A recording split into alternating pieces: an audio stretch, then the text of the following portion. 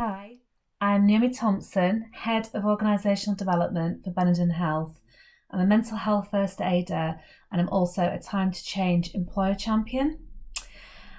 So what's the kindest thing that I've done for myself over the past couple of months to help my mental health? I would say exercise, music, and a bright lipstick.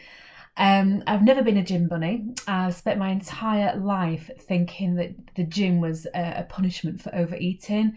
But last year, I joined some exercise classes as part of my health and well-being regime, and I've actually stuck to it. And something has clicked. So while I was exercising to try and improve my physical appearance, I didn't anticipate the transformation it is going to have in my mental health.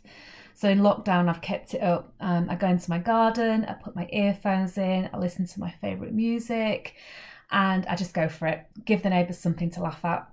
I don't always want to do it, but I always feel better afterwards. On the days where I feel that my emotions are a bit low, I put on my favourite outfit and a bright lipstick, because I do find that in lockdown it's really easy to move into your joggers.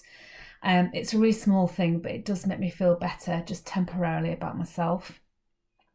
The kindest thing that anyone's done for me in the last couple of months to help with my mental health is, I suppose it's a colleague of mine. She's recognised that I am an extrovert. So there are days when I really struggle with this way of working.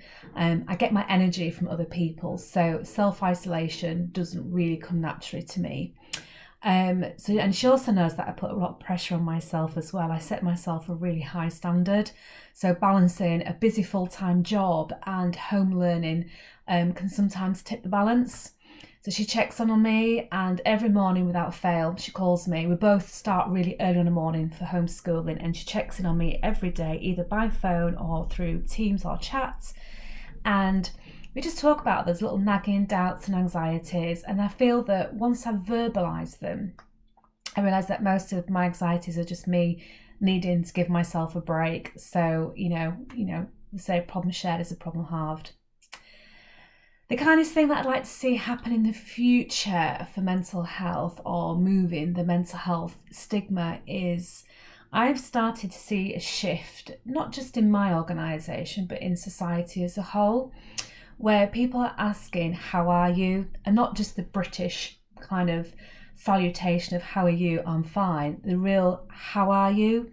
And people are genuinely interested, and people do seem to be more comfortable these days by saying, do you know what? Not really, I'm not feeling it today. I'm hoping that after this pandemic that will be, that question will be answered more honestly. And I think that will really help us shift that mental health stigma into a more positive space in our future. Thank you.